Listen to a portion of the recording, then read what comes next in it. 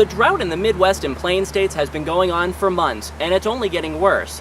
Here in the Northeast, we've been fortunate that the drought has mainly stayed away, allowing our crops to prosper. Even though we haven't seen the direct impact of the drought, though, we will be seeing some indirect impacts over the next several months. The United States is in the midst of an extreme and now costly drought. Since May, a fairly persistent area of high pressure has parked itself over the plains and Midwest, literally baking the landscape. Temperatures have repeatedly surged well past 100 degrees, and rain clouds have all but shriveled up in the face of the high sinking air.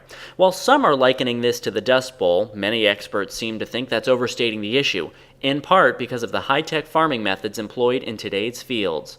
Terry Lawton of Lawton's Family Farm agrees.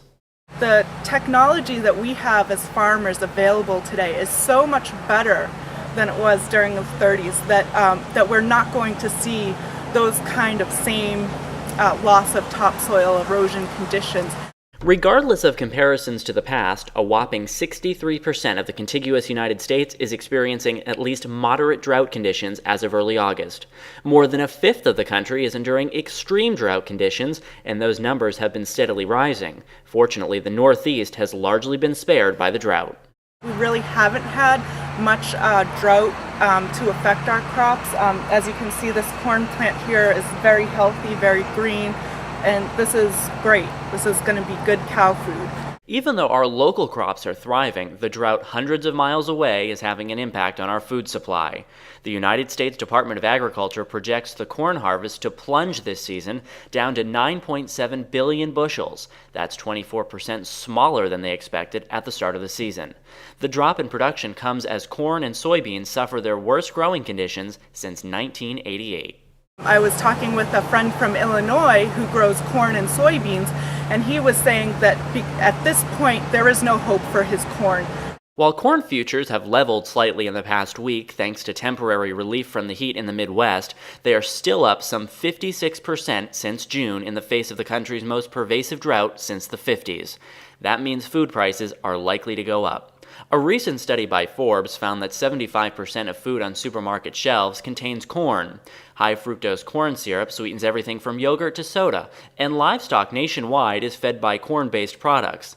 The USDA expects all of this to translate into a 3 to 4% increase on food prices next year.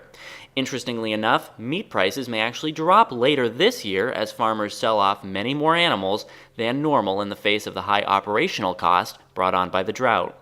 But that will only lead to a bigger increase in price next year thanks to the reduced supply that follows. Of course, buying local products that are less impacted by the drought may prove more cost-effective now than ever before. Prices are driven by the commodities market, and because people know that there's going to be a shortage, they're going to be bidding higher prices on futures and on just general corn stocks.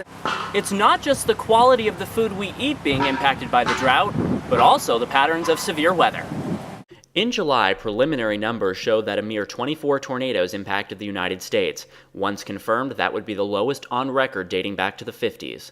Combine that pithy number with others from May and June, and the May through July tornado tally comes out to 231, far below the 3-year average of roughly 450 for that period. So, where have all the tornadoes gone? Canada. That's right. In July, Canada actually had more tornadoes than the U.S. That doesn't happen very often, but storm chasers from the Canadian prairies are reporting a banner severe weather year. The shift in severe weather is partially attributed to the location of the jet stream, which is running north of all the extreme heat in the plains. The jet stream, or river of fast-moving air in the mid-levels of the atmosphere, not only steers major weather systems across the country, but also provides a good source of wind shear. That shear, or changing of wind speed and/or direction with height, is a key ingredient to severe storms. For those of us in the Northeast, we can be thankful that we're not in extreme drought dealing with the crop devastation that's growing in the Midwest. But those in the Midwest do have the silver lining of knowing the tornado season has been very small compared to those in recent memory. Reporting in Norwell, Massachusetts for Weather or Not, I'm Michael Page.